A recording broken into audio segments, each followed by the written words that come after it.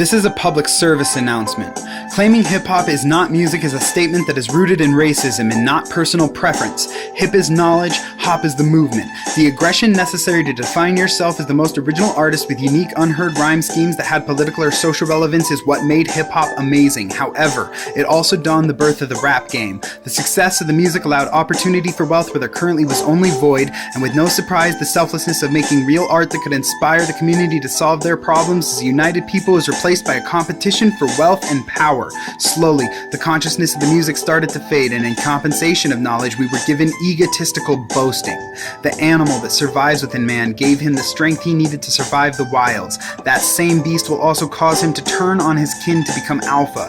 Thirst for wealth, power, and influence is a tightrope humanity walks, not specific to any one culture or heritage, but as a white male living in this modern era, I am often left to feel like I am surfing in the wake of its destruction. Reflecting on the origin of hip-hop, we are graced to see this creature embrace a different approach upon trying to coexist within the pack. Opting for a brief summary on the birth of hip-hop over one that might deter the listener, I will proceed.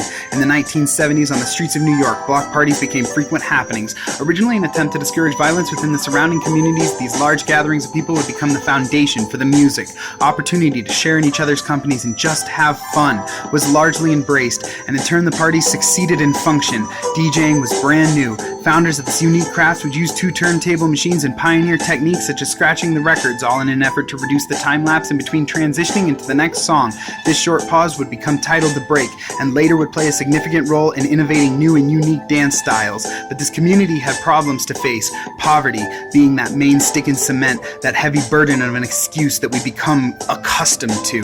The solution was to talk about these issues, and again, innovation paved the way as poets armed themselves with vocabulary and rhythm to discover the voice that would touch the hearts and minds of their audience for generations to come. In short time, the culture was thriving from creativity, for peace, powered by love, guided by respect, with the intent to unite. Leader, noun, one, the person who leads or commands a group, organization, or country. In contrast, ruler, noun, one, a person exercising government or dominion. For the keen eye, the difference in between these two words is easy to comprehend, but for those of you who do not, dominion, noun, one, sovereignty, control, synonyms, supremacy, ascendancy, dominance, domination, superiority. These are the top 5. All definitions were found simply by Googling the words. What an amazing time we live in that knowledge can be spread so conveniently, but I digress. A thin line divides the leader from a ruler.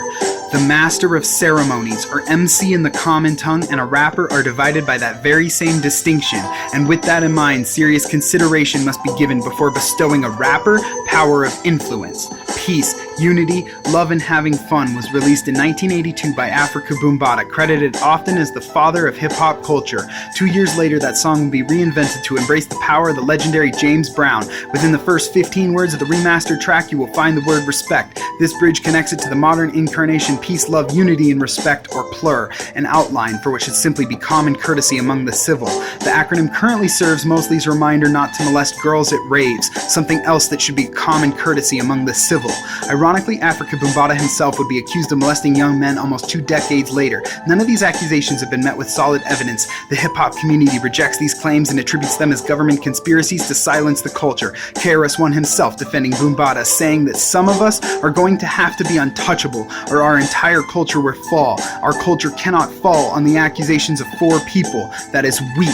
I do not pretend to know which argument represents the truth, but to assume that a government whom is currently invading the Sioux Nation of South Dakota meeting peaceful protests with executive force would have something to gain from silencing the voices of black communities is not too far a stretch of one's imagination. Being master of ceremonies, MCing is one of 5 elements that make hip-hop culture. For the intrigued, the others are DJing, breakdancing, graffiti writing, and the recently added beatboxing. Sampling has been considered as well, but many only see it as a deterioration of the first element of DJing. These 5 elements are sheltered under the umbrella that is knowledge of self and define the essence of hip-hop culture. MCs have a responsibility to the communities that will raise them to such Olympian heights. Much like Dovahkiin, words empowered through purpose shout with force and meaning, resonating within the listener, promoting movement towards enlightenment. Hip is knowledge, and hop is forever the movement.